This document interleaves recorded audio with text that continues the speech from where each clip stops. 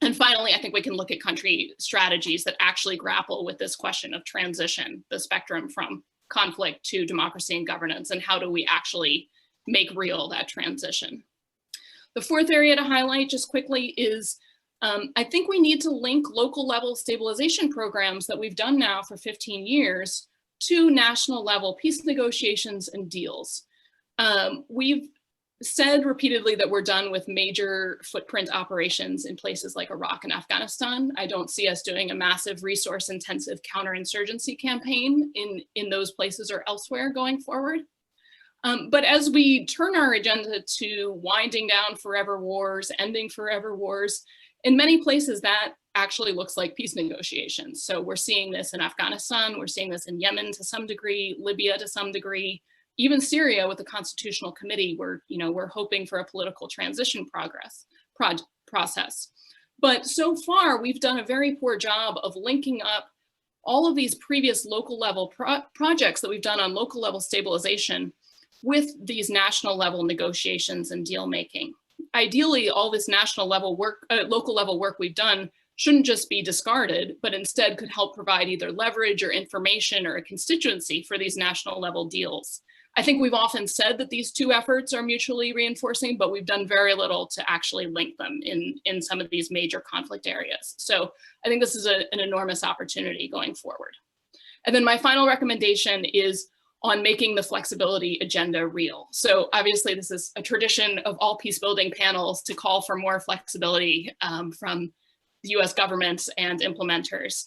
But I think we really need to double down on this in the post-COVID world. We've seen new actors emerge on the local level who often, again, have more legitimacy or effectiveness in responding to their communities. We also have the possibility of opportunities for conflict resolution or ceasefires that COVID somehow spurs. And we don't know exactly where these opportunities are going to emerge, but we need to be ready as a US government apparatus to seize those opportunities when they do surface. We do have some tools already. My old office, the Office of Transition Initiatives at USAID is but one of them. But I do think we need to be ready to scale these up and actually respond quickly without a year-long program design or a year-long policy review when we do see these opportunities emerge. I'll leave it there for now, but I really look forward to the discussion and any questions. Okay, so thank you so much, Frances, and sorry about that, everyone. This is the only session that got Zoom bombed. We've been using the Visibo platform, but we moved on Zoom for this one, so apologies for that. Okay, so let's move on to Jenny. Jenny, what are your thoughts on this? We know, as Frances said, the democracy and governance is a huge part of the Biden-Harris platform. They've talked a lot about it, as Frances said, the Democracy Summit. How does this fit in, and how can our field do, how do we get closer to them? Thanks, Liz. It's a great question, and thank you all for joining today. And up front, I don't have all of the answers, but I have some thoughts, and I really just want to spur some conversation. And some of the things that I want to mention, I will foot stomp some of the areas that Frances already raised, if you'll indulge that. But as has been mentioned, of course, the Biden campaign hasn't actually said very much about fragility and conflict and peace building issues. They have talked a lot about democracy. And that actually is, I think, a huge opportunity. I think Frances raises some of really relevant points that I also wanted to flag on, we all know that these two sectors go together, and there's a Venn diagramming that happens. All peace building is not democracy and governance. All democracy and governance is not peace building, but that the governance issues are so central. The GFA has, and the SAR and all of the other reviews have really pointed out the centrality and the importance of the politics and the governance and democracy structures. And so, with any new administration, it's really important to use the language that they use. And they're using the language of democracy. and I think one of the things, as was mentioned, the Democracy Summit is coming up. Okay, that can be a pure traditional D&G summit, or we can push the envelope and say, no, actually, democracy issues are fragility and conflict issues. Fragility and conflict issues are democracy issues, and make that really an important piece of it. I think, you know, there are a couple of reasons why this siloing occurs. Francis pointed to the structural components, which are really real, right? And there is a lot to like about the new USAID structure, and particularly the putting together of the conflict, the resilience, and the humanitarian bureaus. That creates a lot of really necessary conversation that wasn't necessarily happening in the way it needed to before, so that's great. The problem is now that's over here, and development, democracy, and innovation is over here, where the DRG Center is one of many technical centers, right? And I know they have plans to talk across and make sure it's in, but it actually structurally moved farther away, right? And so I think it's going to be really, again, incumbent on this community to continue to push and say, no, every time you're looking at conflict programs, like where is your focus on accountability and on governance? And I think the more that we can take the lens of looking at those issues on where anti-corruption, good governance, accountability, transparency issues, how those feed grievances, and because we know that matters, right? I think that will put us in pretty good stead. I also think, and Francis mentioned this as well, but really deliberately connecting not just the agendas, but the initiatives and the work. The local work, the subnational work is absolutely critical. Mobilizing civil society, engaging civil society, developing that capacity. But I think as we also know, right, mobilizing that and not having a government that can respond to it will only fuel potentially further grievance. And so what does it look like to really deliberately connect those, the governance and democracy work at a national level or even at a government level with the local peace building work, I think is an area that we all need to, I know everyone has thought about, these are not new topics, but this is a new opportunity with the administration pushing the democracy lens to also lean into that a little bit. And then finally, I think, because I do want to, get to our other panelists, and really, I just want to put a few thoughts out there that then engage further conversation. We're just going to need to think about where compromises need to be made as well. There's the siloing because of structures and also funding. I'm remiss in not mentioning that, right? Like the funding also drives how people focus, but also we need to make sure that the language that we're using, that we're translating across the concepts with democracy and governance and not seeing ourselves in separate silos. And I think to that end, it's important when we are able to point out harm that is done, and it's also important to point out solutions and what we actually want to see as well.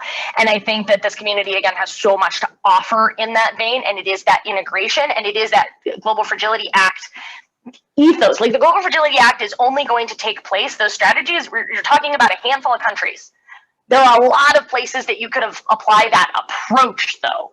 And I think that type of integration, mainstreaming, to use a word I don't like, is something that we can do more, not just with the democracy sector, particularly that's what we're talking about right now, but also with development, with humanitarian, and really taking the kind of holistic look across, I think is going to be really important.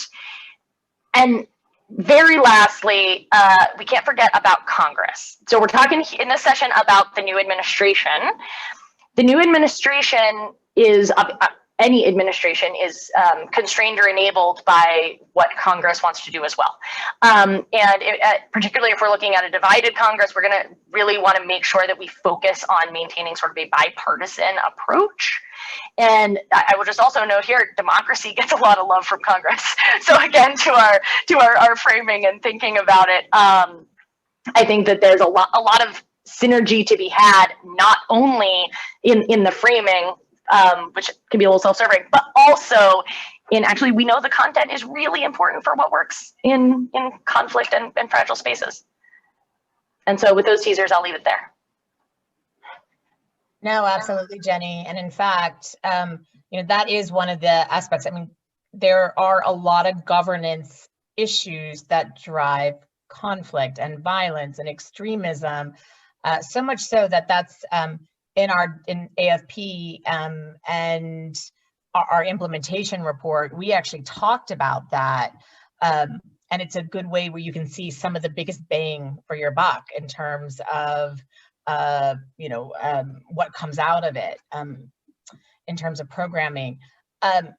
But you're right, they've moved further apart. They're no longer even in the same bureau anymore. So that'll be interesting to see how that happens. And you're absolutely right.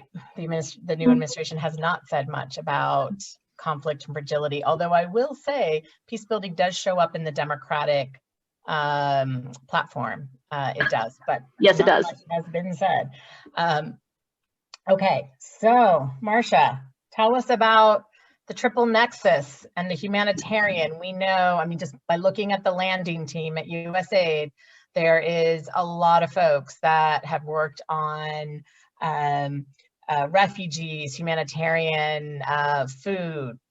So talk to us about that. How do we look at the triple nexus and really doing what we say we always need to do, make sure that we have a multi-sectoral approach? Yeah.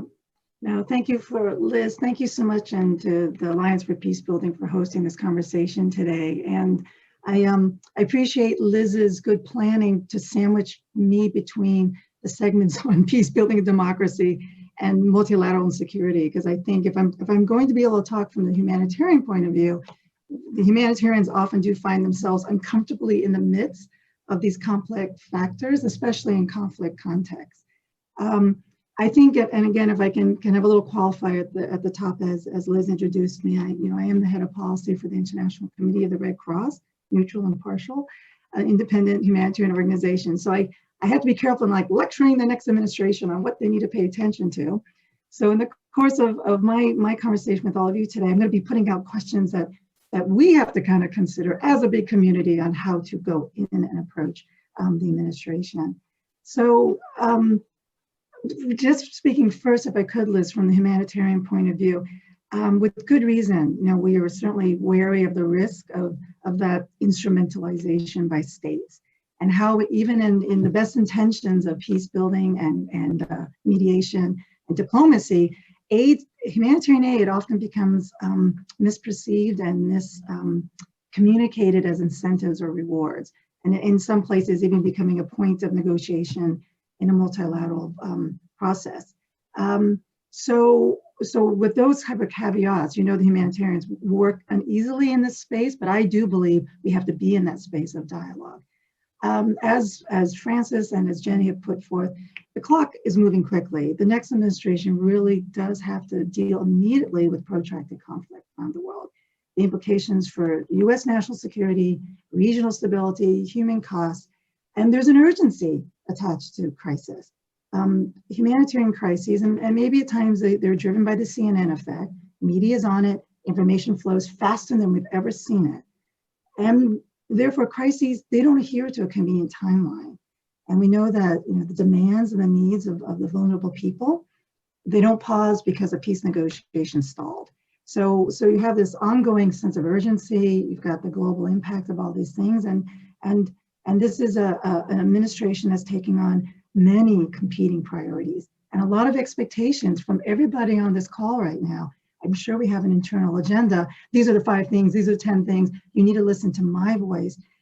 So in this mix and this very, very complex world that the Biden-Harris administration is stepping into and has been in, I have to ask myself, well, where do the humanitarian issues fit in, especially when there are peace building and conflict prevention efforts ongoing? So I just wanted to throw out a couple of thoughts from where I think some of the humanitarians are coming from. Certainly ICRC wasn't supposed to say that, but that's what we're thinking of. But here's some further thoughts for discussion, and I'd love to hear the feedback from the audience and from the experts on the panel. As you know, humanitarian organizations themselves are not peace builders. We're not on the ground to solve what in many cases are those fundamental political issues, the breakdown of responsible governance, corruption, Those are things that were not in place to solve, and those are things that this other community on this panel are trying to deal with. But when we are there addressing civilian protection issues or providing assistance, we can help shore up a degree of stability, economic, health, food security, education. These efforts can help create what I would just call positive conditions, or if you want, we can use the jargon of enabling environment. We know that humanitarian work, again, does not have that as an ultimate objective, lead to some sort of permanent, peaceful political solution. But these efforts do provide some breathing room. They do provide that operating space for the peace builders and the conflict prevention initiatives to get traction and to grow. In the course of those conversations, there has to be a focus on security and stability. And I really look forward to how Errol's going to wrap all this together at the end of this panel. And the humanitarians, we need to be reminding throughout that there's a human dimension of the conflict that has to be considered at all times. It sounds like a no-brainer, but we know how easy it is when we start talking terms and conditions. And the flip side of that, because the burden that I think the humanitarian organizations need to take on, we need to be hyper aware of the diplomatic, the peace building, the security conversations that are happening in these conflict or fragile spaces. And we have to ask ourselves, how do we conduct humanitarian diplomacy? Yes, there is such a thing. Can we influence behavior and outcomes? Can we push back on negative consequences, which may affect the impartiality or access of humanitarian response? And this is where we can tiptoe into, and I know it's a dreaded word, but that triple nexus. Because as the next administration faces these protracted crises and emerging ones, Ethiopia, November, there was a little bit of a tick-tock happening out there, but did we see it coming in with such force and in with such dimensions? But can we encourage the next administration to start that very early dialogue between humanitarian development and peace actors? Because there is that triple nexus of skills and strategic approaches. And I appreciate how Francis and Jenny remind all of us, there are these venues, there are pieces of legislation, there are mechanisms, but we got to turn them on and they got to be staffed. Soapbox moment. When we talk about the triple nexus, we've seen over decades that conflicts, they erode the development gains, they erode the capacities of government and local communities at that sub-regional level. So the humanitarians often find themselves helping preserve and sustain these services and systems and capacities. And it's over decades. I mean, in the ICRC case, our average presence in some of these conflicts, Yemen and the Afghanistan, it's over 35 years because the conflict and the humanitarian consequences, the consequences don't stop when the shooting stops. And we've seen how conflict and crisis can wash away the development gains. And we can say also security and stabilization gains. So can we bring these sectors together early, provide the leadership that's needed? Because about the conditions, the conflict dynamics, and how to effectively operate in the same context. And important for humanitarian organizations, not jeopardize humanitarian principles. That is key. And if we're not in those conversations, how do we know that those principles are being protected or even being brought into the conversation? So the Biden-Harris administration, they're going to need to manage these challenges, which cut across all the work represented on this panel today, as soon as it walks in. And if there's a couple of places I can just mention for sort of for instances, which we're going to need that enhanced coordination and cohesion from the start. We already referenced about the global displacement and migration. They are committed to raising the refugee resettlement numbers. We've seen this very paltry 15,000 under the current administration, and an expectation and an objective of the Biden-Harris administration raising it to 125,000, with an interest to raise it even higher over time. An incredible welcome policy change. But as a community, we're going to have some strategic patience because all that infrastructure has to be put back into place to implement this. I think many of us might have had friends who found themselves delegated to the FOIA office who had worked on refugee resettlement programs in the past. There has to be rehiring to fill hollowed out agencies that oversee vetting and clearances. We even have to restore a refugee policy leadership muscle. And again, back to the question about foreign assistance, the funds have to be there to make all this really work because it's rhetoric and then there's a practicality. And very quick fixes that we know the administration has been vocal about is the termination of the so-called Muslim travel ban. We're seeing extensions in the Dreamers program, and a more humane approach at the border can be expected. And this is the one thing I would like to put out there as can we see a demonstration effect of a triple nexus thinking and approach? The next administration has also committed to address the root causes of migration from the Northern Triangle. In the Northern Triangle, you have conflict, governance issues, corruption, it's a basket, and climate issues. And they're committing a 4-year, $4 billion regional strategy. Now, again, this is congressional approvals, but this is an interesting opportunity for strategic demonstration effect of triple nexus thinking and in our geography. So we know it also has domestic implications. And when Jenny talked about how to talk to administration, we have to balance both. What is it in the global perspective? But how does it work back home? Because this administration is going to be campaigning the day they walk in. Climate change and conflict. The next administration has been vocal about investing in climate change mitigation, but I also ask that my friends on this panel and their communities will recognize further the compounding effect of climate change in conflict context, and to help us advance the dialogue and approaches to what we call a double vulnerability.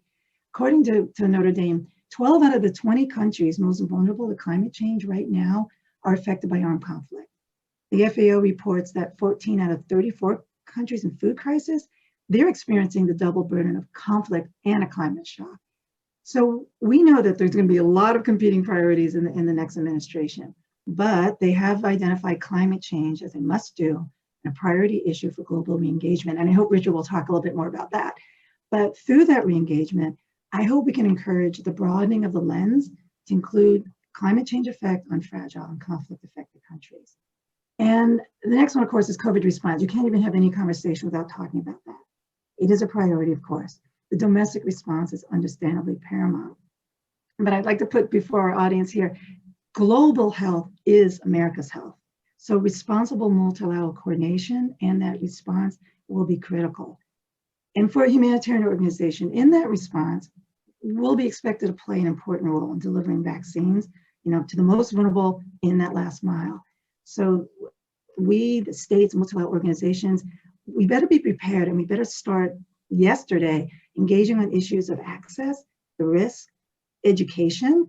Are people going to trust these vaccines? We see we're going to have problems with that even in our own country, and perception.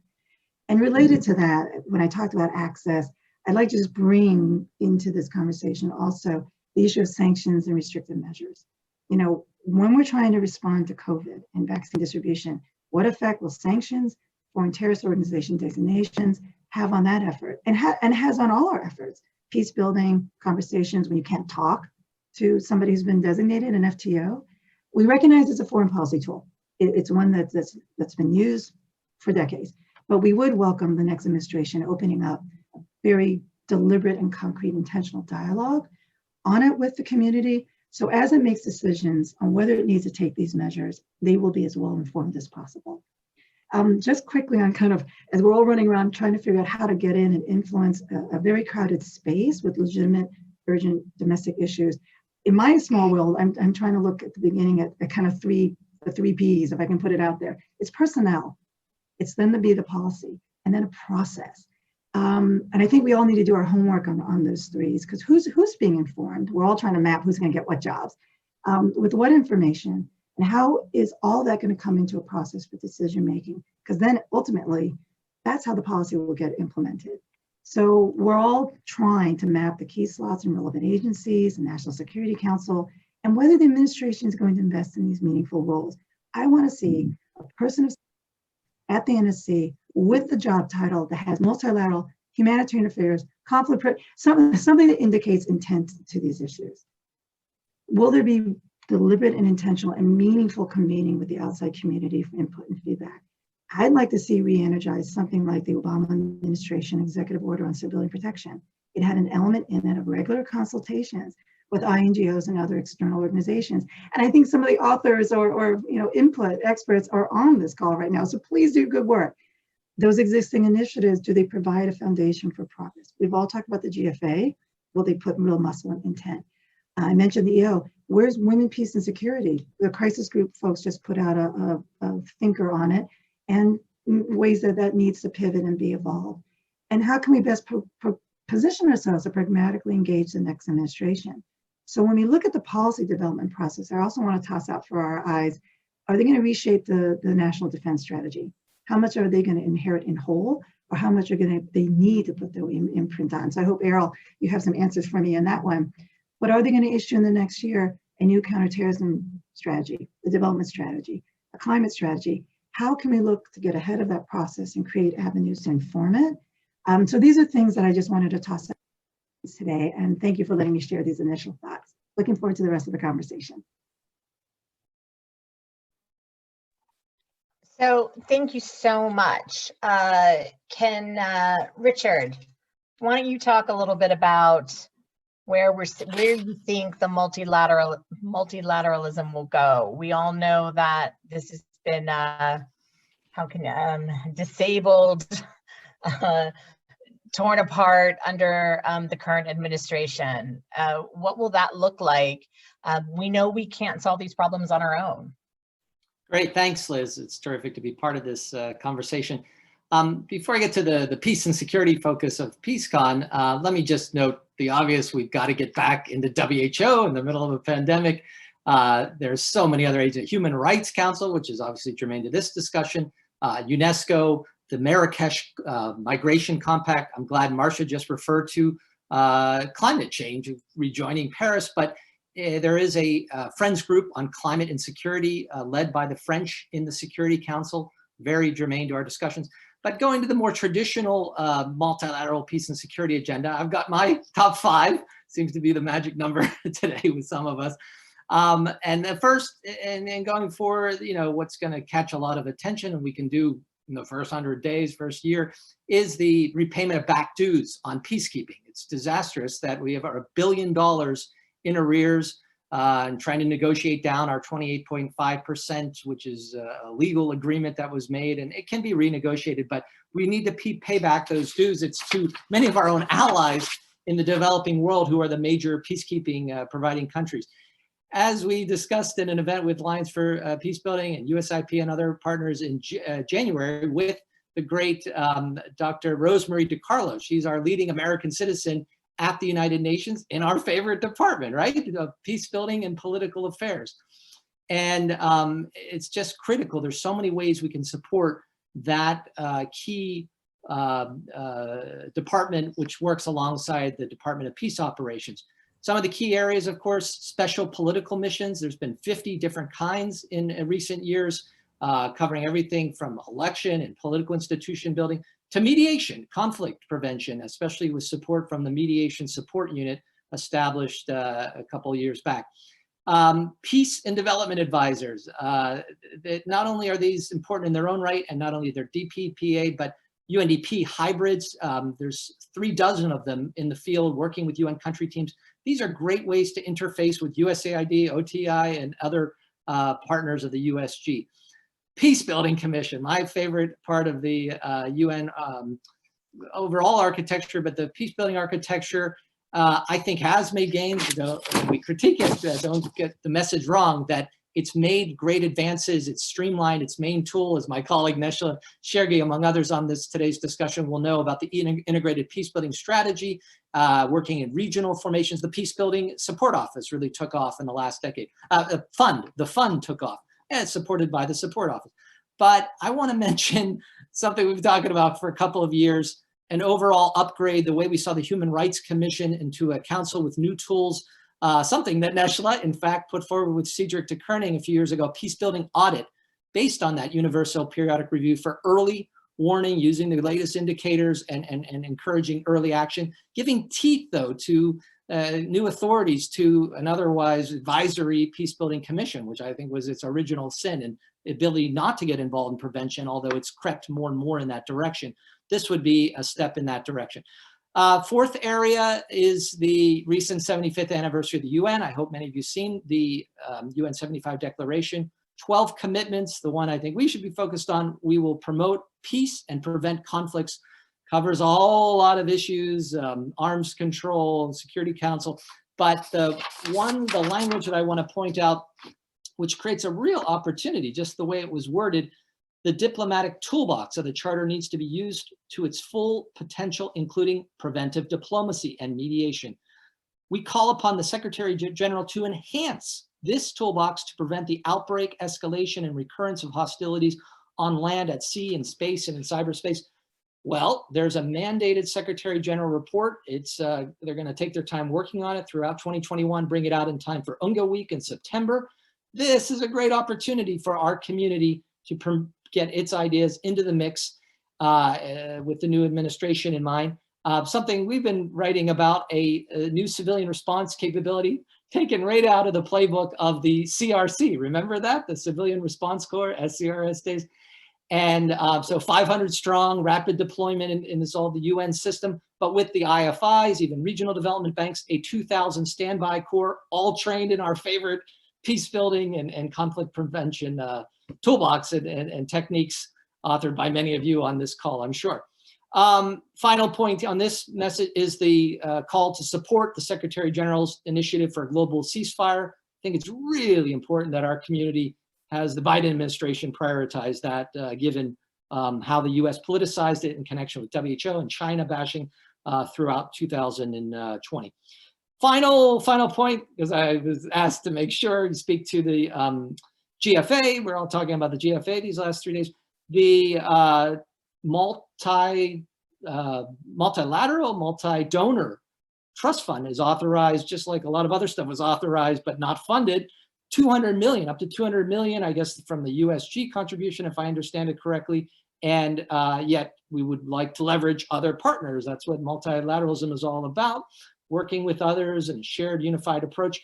If it doesn't pan out because of the delays, the Trump administration, then my recommendation for this group is there are multilateral trust funds in place. The most prominent is the Peacebuilding Fund I refer to. It's gotten some legs in recent years, but there's very few major funders. At least there's half a dozen. The other one, the Human Security Trust Fund, only has one funder really, Japan. So maybe we move beyond that one. But let's get behind the peacebuilding architecture and align that with our own Global Fragility Act.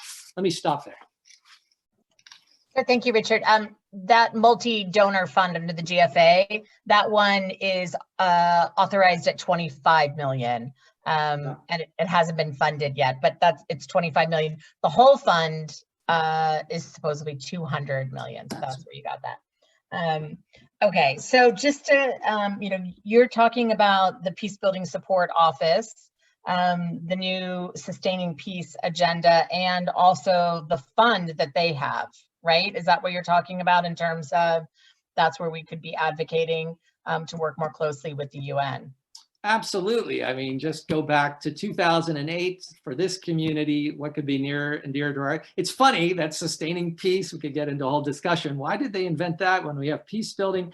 It's because in the UN, as you know, they pigeonholed peace building to be in the post-conflict peace building segment of the conflict spectrum. And that's why I think that's one of the main reasons sustaining peace was concocted. But the whole agenda, very important. The Secretary General's report in early 2018 that informed the high-level meeting that year.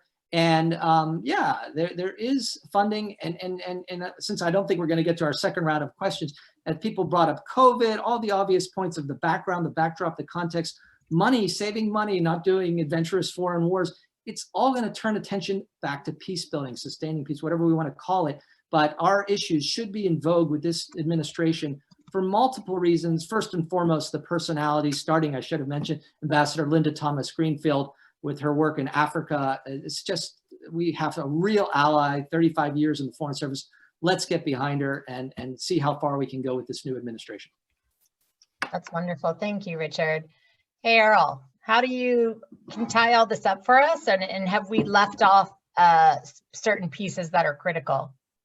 Sure. I mean, I was going to say that it'll be hard to top those, but I think the bar for what the worst part of this meeting has already been set with the Zoom bomb. So I promise to be somewhere between the Zoom bomb and the speakers. But no, I think that there's some really, really excellent points brought up. And so I'm going to offer a few additions to that, skewed towards this sort of how is the maybe security world thinking about this? And then, you know, Liz, you asked us to think about how this community can adapt and be practical and strategic. And so I want to end with that, and in doing so, I'm going to tie in a lot of the points that my excellent colleagues made. So Francis mentioned the stabilization assistance review, and you know, several others did too. And I think the SAR may not be the sexiest thing in the world anymore. It's not the policy du jour. It's worth reminding Biden folks that the SAR was conceptualized by people like Francis Brown at the end of the Obama administration, and it was brought to fruition under the Trump administration and received broad support for several of its points. Most, I think, importantly, its focus on stability and stabilization as a political construct, not a military construct. And that was, you know, it was somewhat like nerdily shocking that the Secretary of Defense, the USAID administrator, and the Secretary of State all signed on to this document that was basically like, stability in fragile states is actually a political thing. And so I think that there's lots from the SAR that, even if it's not the sexiest thing du jour, that it can be the principles can be carried forward. And quite frankly, some of those principles are in the Global Fragility Act. One is not a follow-on to the other. They shouldn't be seen like that, but there's a lot of areas of overlap that I think are really constructive. And I think the GFA has a lot more transformative potential just because it's legislation and therefore it mandates things. It's nice to get your cabinet level official to sign a document, but that doesn't really force anybody to do anything. And you know, change within the U.S. government, as many of you on the Zoom call know, is really difficult. And so the GFA, if nothing else, mandates things like strategies, which I'll get to in a second. So the last thing on the SAR, and it relates to GFA, is, look, I have been supportive of CSO before, and I think there's a lot of value add to thinking about the capabilities that they have at the State Department. But if these things live at CSO level, they'll die at CSO's level. And I think that some of my colleagues had mentioned this before, but we need undersecretary level, if not deputy secretary, maybe even Secretary of State Tony Blinken level buy-in and advocacy of this shift towards civilian-led prevention efforts in fragile states. That doesn't fit nicely on a bumper sticker, and we're going to have to figure out how to message that more effectively. But the point is that without that high-level buy-in, this becomes a really nice GFA, and the strategy sort of go the way that the SAR, I fear, is going, where it's a really thoughtful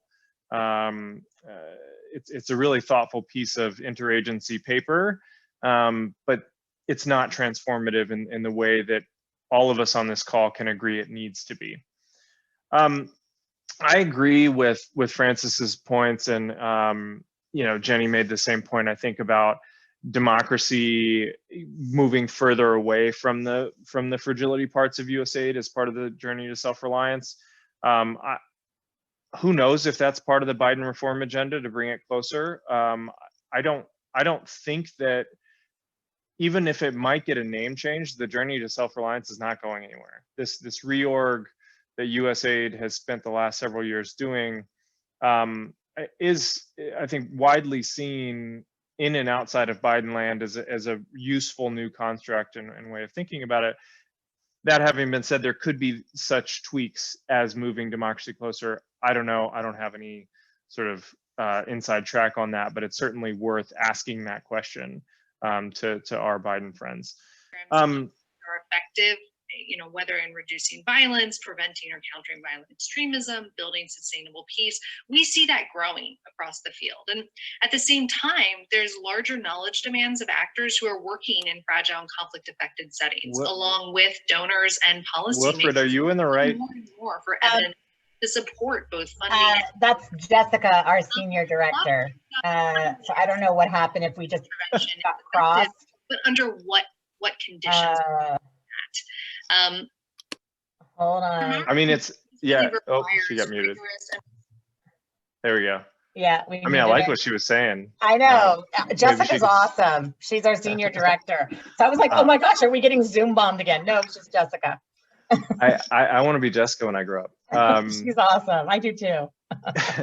So, I think that Journey to Self-Reliance, again, it might get a name change, but it's not going anywhere. And so let's think about how the Biden team can tweak. That having been said, I do like the reorganization in that it did place a multifaceted focus on fragile states. Now the Biden folks might not call them fragile states or fragile context or whatever, but these tough places, Marcia mentioned, it's really nice that we're talking about food security and humanitarian aid and resilience all in the same, all on the same team.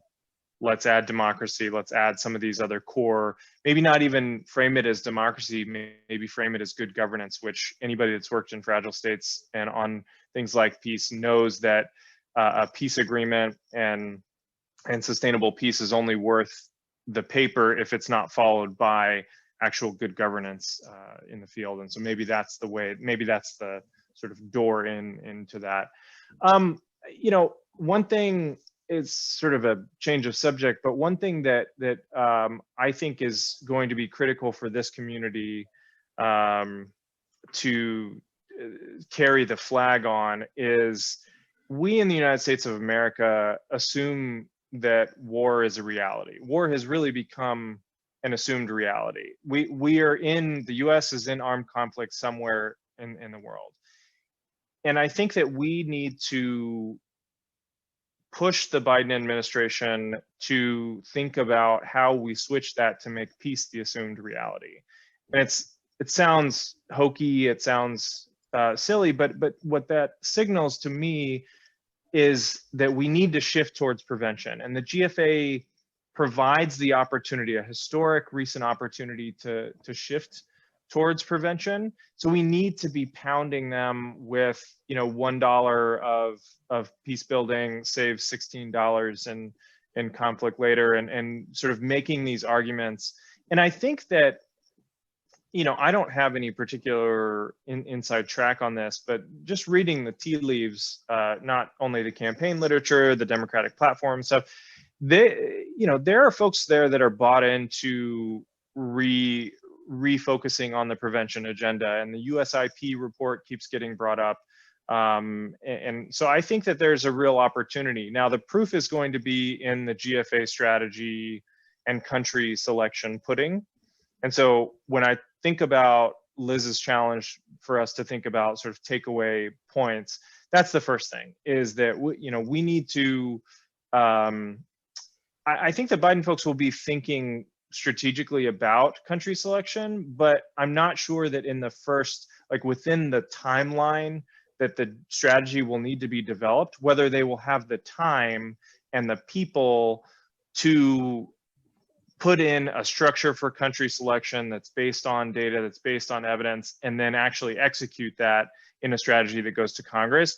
Those are hard things that take some time. And so I think the community on the outside can really help the incoming Biden administration by helping them create a framework around country selection that feeds into that global fragility strategy.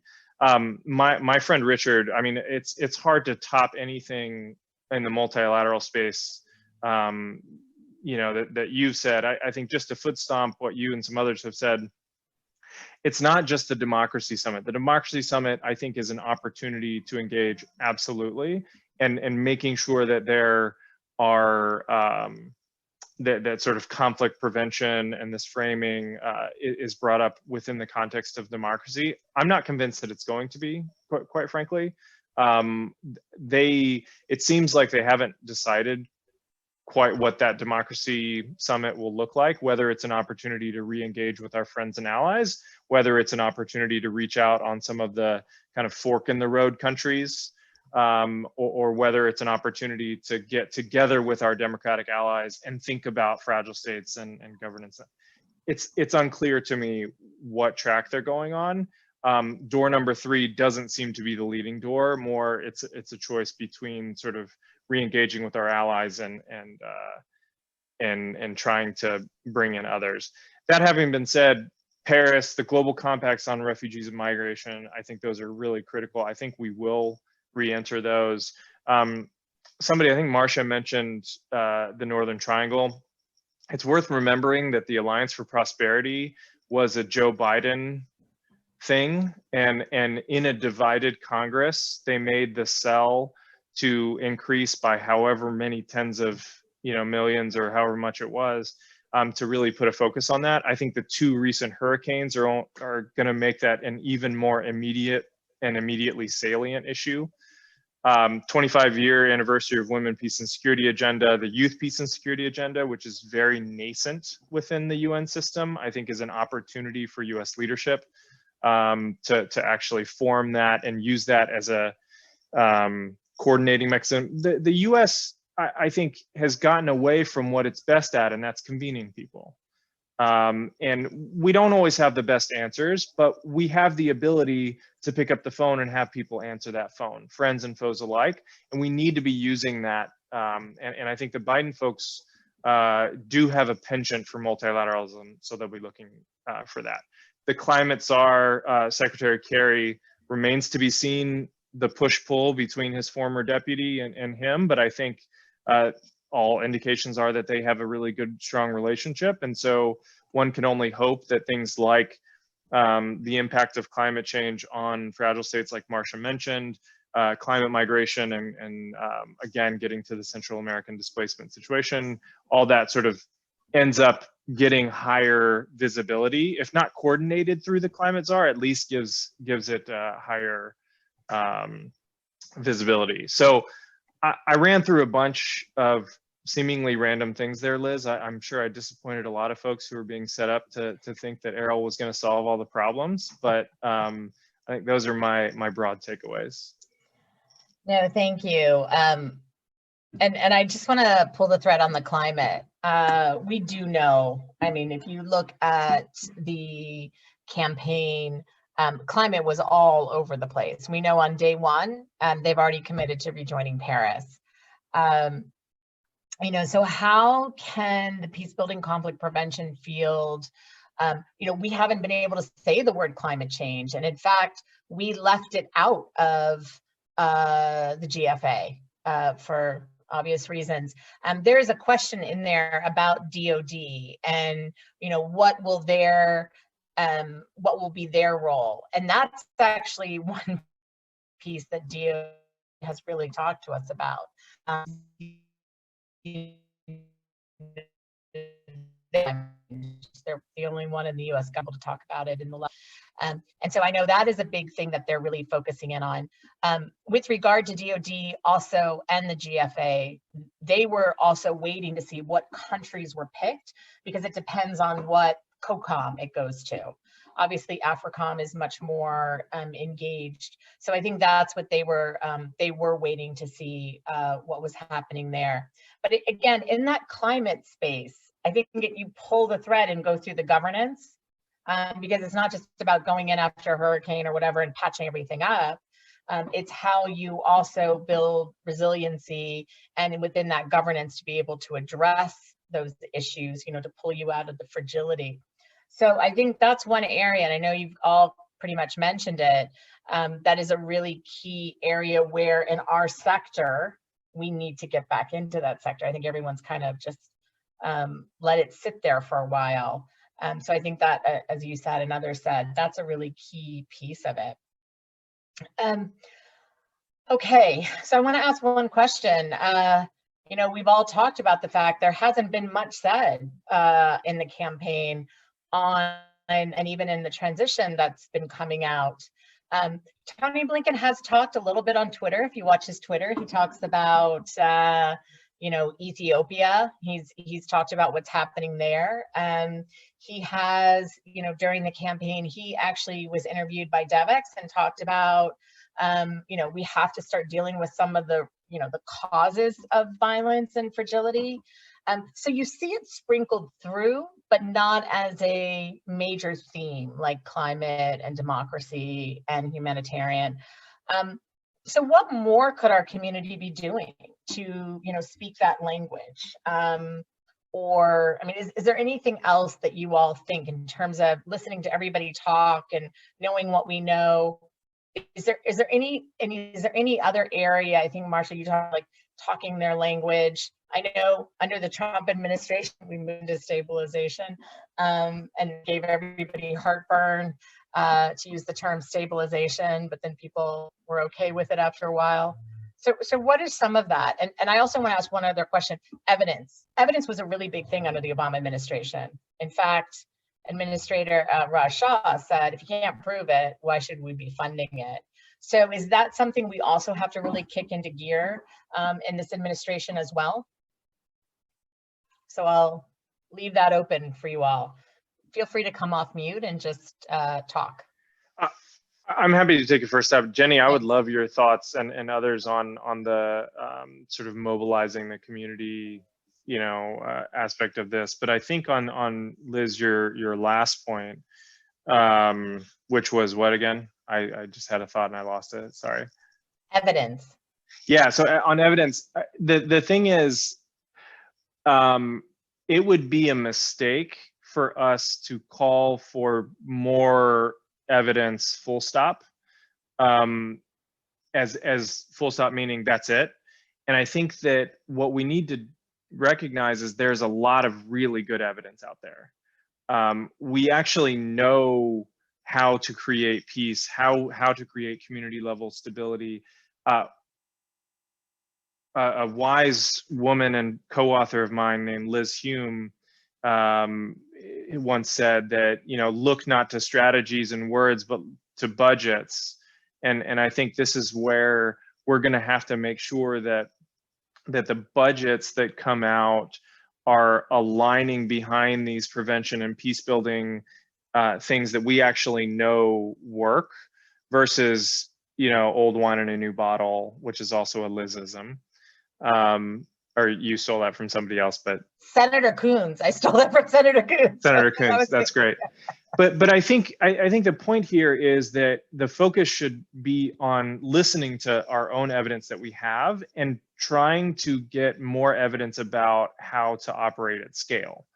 Because we do know some of these micro level lessons, but we don't actually know how to scale things that are, OTI like small micro interventions. How does that create sort of countrywide or even, region-wide stability? And I think that's the focus of the evidence generation. It's not necessarily like, why do young men become violent extremists? Well, we generally, we don't need another, look, I'm a think tanker and I survive on think tank studies, but we don't need another think tank study on that. We generally know.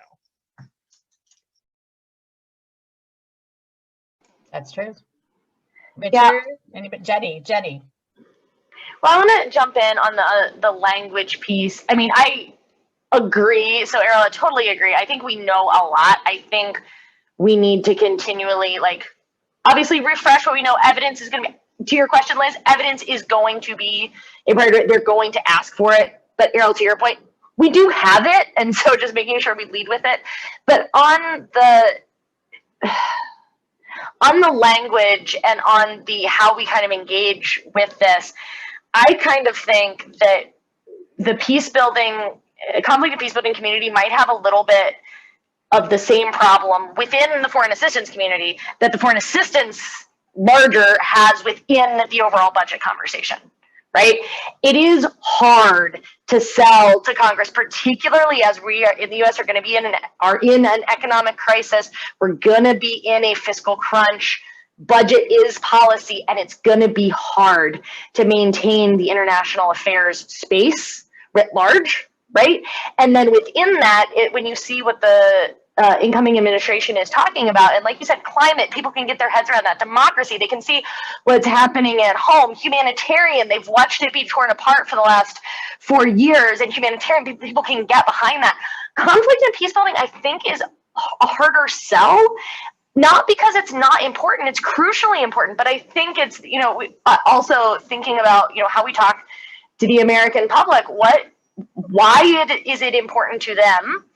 To the evidence piece, can we solve it? There's a lot of conflicts that the U.S. is involved in that we have not solved. So what is the U.S. role?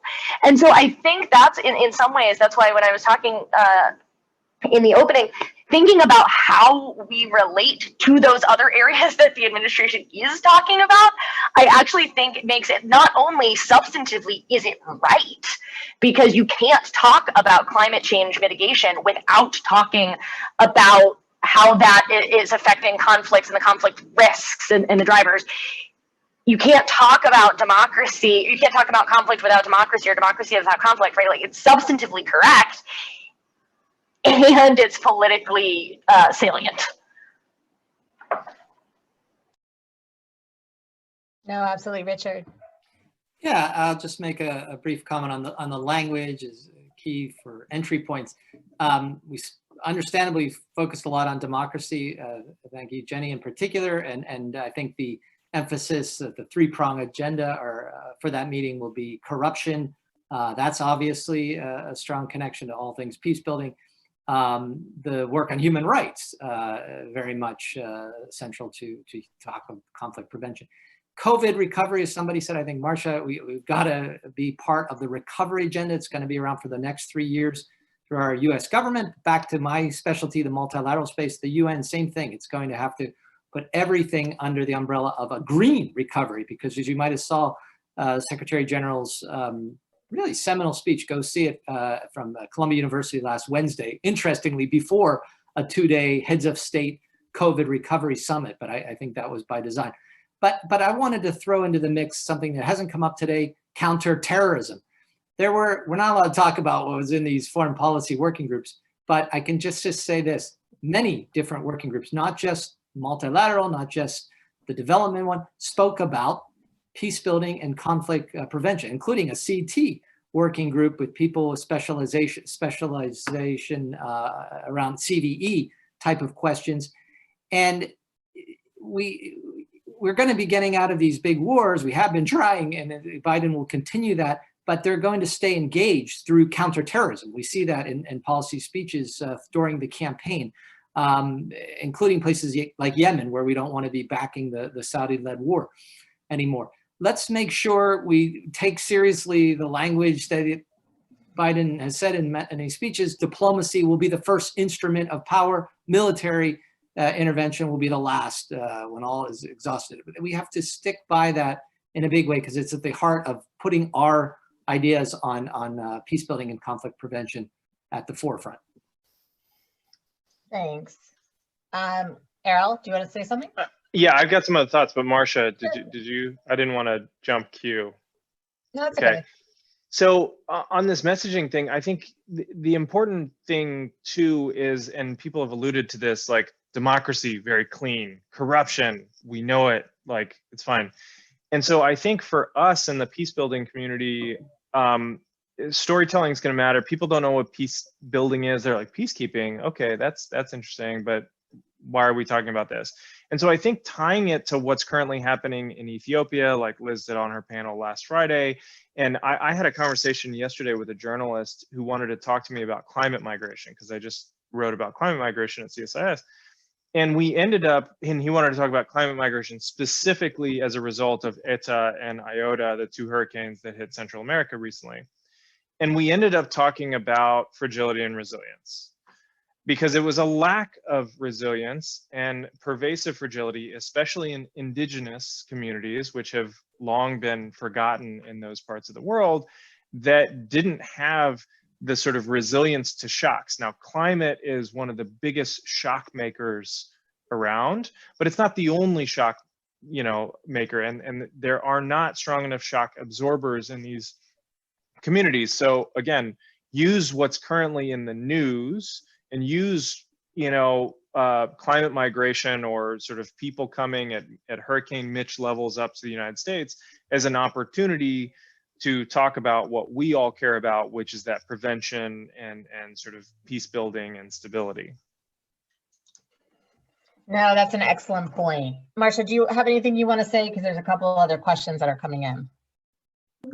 Just as we talk about, lexicon and language, and I think it's, I'm kind of stating the obvious, and certainly in the conflict and peace building world, you have to move quickly into why does it matter for the United States? And I know sometimes we get a little uncomfortable, certainly around displacement migration conversations, we're uncomfortable because we didn't want to play into the notion of the domestic security and that, keep migrants in countries because otherwise they come across our borders and become economic drains.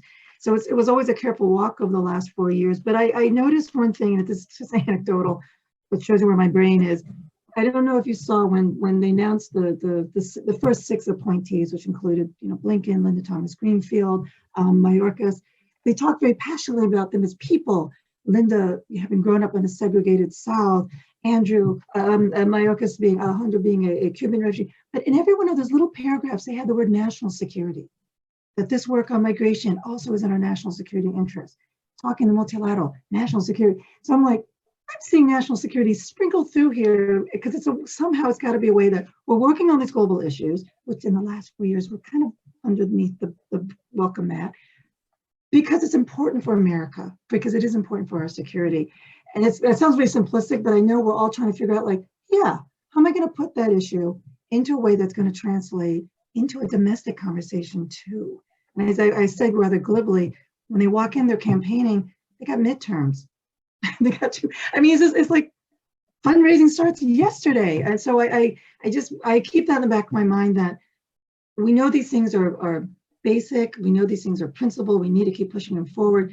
But how do we all try to get that little extra bit of attention? And maybe it's a lexicon, especially when we talk about the Congress, Jenny. So that was a really good, remember, we're talking to the Congress too in this. How do we have to fit into the world they're thinking of? Either educate it, try to figure out how to accommodate it without undermining ourselves. But I realize we all have to keep on being very, very agile on our feet for this one.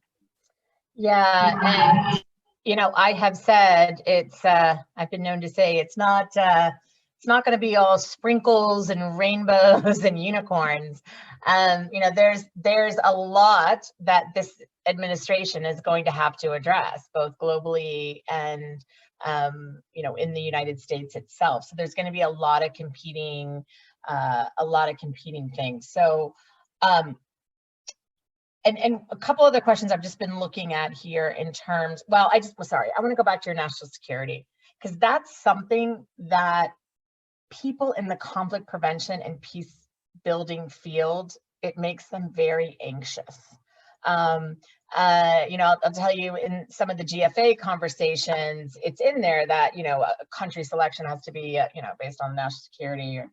And people were really not okay with that. And they saw it as, because of Trump.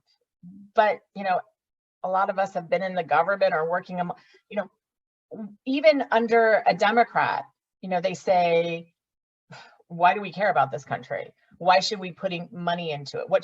So how do you get people more comfortable in terms of saying it's just one way you kind of push the US government to think about something in their national security? So that's one aspect of it to think about. Someone said something in the chat that foreign assistance isn't bipartisan anymore. I actually disagree with that. And if it wasn't for our Republican colleagues in Congress, we would have, foreign assistance would have been gone or cut significantly. I think that, and we have the GFA bipartisan, YPS bipartisan, WPS, the woman, what you've seen, a lot of laws that have come out in the peace and security have been bipartisan. So one of the things I'd have to counter on that and say, we cannot do what we did under the Obama administration, where we ignored Congress and everybody could pick up the phone and call 4 people they knew in the administration to deal with their one particular issue. So that's also, and I know, Jenny, you brought it up, Congress. Don't forget about Congress. that's, you know, that's a really key piece. Okay, and then some of the questions that came in were around linking the democracy focus globally back into the US as well. And is that something that we should tie it together? Because maybe that's something people can understand. They recognize that, you know, governance and democracy is not something to be taken for granted. It has to be worked on. So is that a link? And that was a question that came in. So should we be linking that US and global piece? I mean, I personally think that there's a really big opportunity there. And I think that the last 4 years have demonstrated, you know, what many people who watch Peacebuilding and work in conflict and fragile spaces are not surprised to see, but that the United States has some issues, we shall say. And so I think, you know, this came up in a conversation, actually, with some high level folks about like, oh, well, wait, will these things, I think the specific questions is, will democracy in particular, will you be looking for an end domestic? And I think in the past administrations, that has not been true, because I think there's been, frankly, a little bit of arrogance on the part of the United States about there wasn't an explicit need to link them. And if anything, we were the model that we were exporting, as opposed to a mutually beneficial engagement. And I actually think, I don't know what the answer to that question is on how it's going to be run, but I do think that question is increasingly being asked, and it applies not just to the democracy space, but it also applies to the peace building space. And I think that there's just a huge opportunity there because people can see it. And so both from a narratives perspective, I think it resonates. And I also think that from a practicals perspective, there just really is a lot to learn both home and abroad in that sort of universality approach. No, thanks. And that's something I think we need to do, is connect that both from the US and President-elect Biden has said that as well. I just want to make a correction, and if anybody else wants to jump in. Negja, sorry, I thought you were talking about foreign assistance, but you're absolutely right. You were talking about internationalism is not bipartisan anymore. And this is a really good point, because we don't know what kind of Congress we're going to be looking at. Is it going to be divided? Is it not? I mean, it all depends on what happens in Georgia. But even that being said, even if it's, let's just say for 2 years, the Democrats have the White House and Congress, you're still going to have some serious competing agendas coupled with an economy that is not doing well. So how do you, you know, we're still sitting here wondering like what the Congress is going to look like. But again, it's another reminder, don't forget about our Republican champions, just because of where the Democrats sit, you know, even if they have all of Congress, for example. So let's see, are there any other questions, or anybody else want to make any comments? Yeah, I'd love to Sure. expand on that a little bit. I mean, I like these things to be solution oriented. So unfortunately, now I'm going to add a complicating factor to what you and Nejla were talking about. One of the main reasons that there has been Republican interest, continued interest, not only in foreign aid, but in internationalism broadly, is China. And they have, you know, the Trump administration and lots of congressional champions on the Republican side were seeing international engagement, at least primarily, if not only, through a China challenge lens. And while I think the Biden administration, the incoming Biden administration, understands that China is an emerged challenge, that, you know, it's not just a pivot to Asia, we're going to have to actually, you know, have a lot more meat on the bones. I'm just going to go out on a limb and guess that not everything is going to be through a lens of China. And so I think that's a challenge for those of us in the community, is like, we have made this argument of like, if we don't do it, the Chinese will. Okay, they bought it, great. And we can't really do that anymore. I think that we have to figure out what the framing is.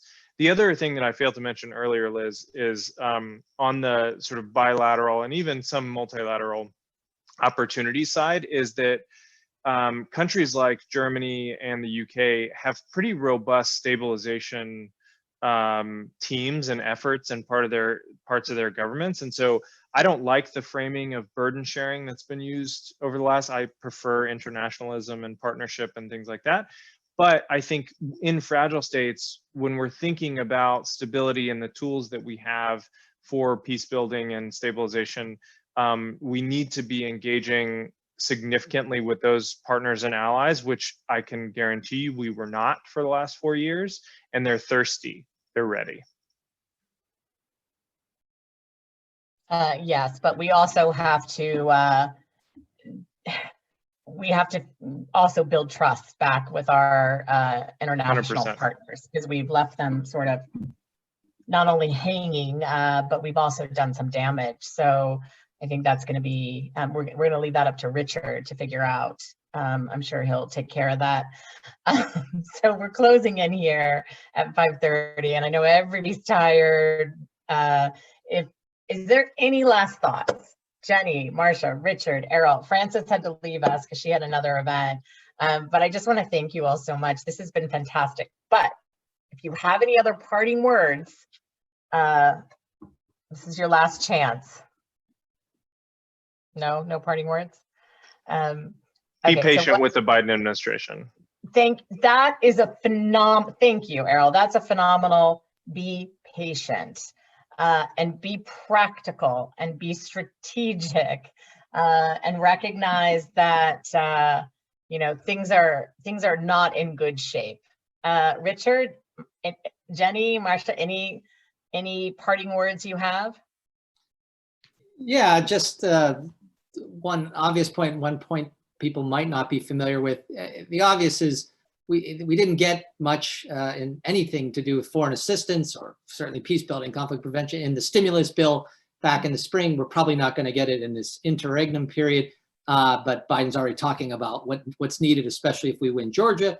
But yeah, focusing on the budgets, focusing on recovery and a strong international component is an obvious thing. We have to be ready for the year 2023 if we were to lose the Senate again, if we regain it. Now so working with Republicans. But the point that's interesting is the appointment this week of Lloyd Austin, former Central Command general, like Mattis before him, like Petraeus. They got behind an initiative that I think several on this call are familiar with, the New Silk Road Initiative, Afghanistan, our biggest intervention, most costly at the time in the Obama years. And it was the military out in front on what we called economic peace building and sometimes counterinsurgency. But it was civilians and international financial institutions, ADB, World Bank, the UN, different partners working on building regional ties and infrastructure and getting the economy going, how that creates the conditions for the peace negotiations that are going on and withdrawing down the war effort. So let's give people like General Austin a chance.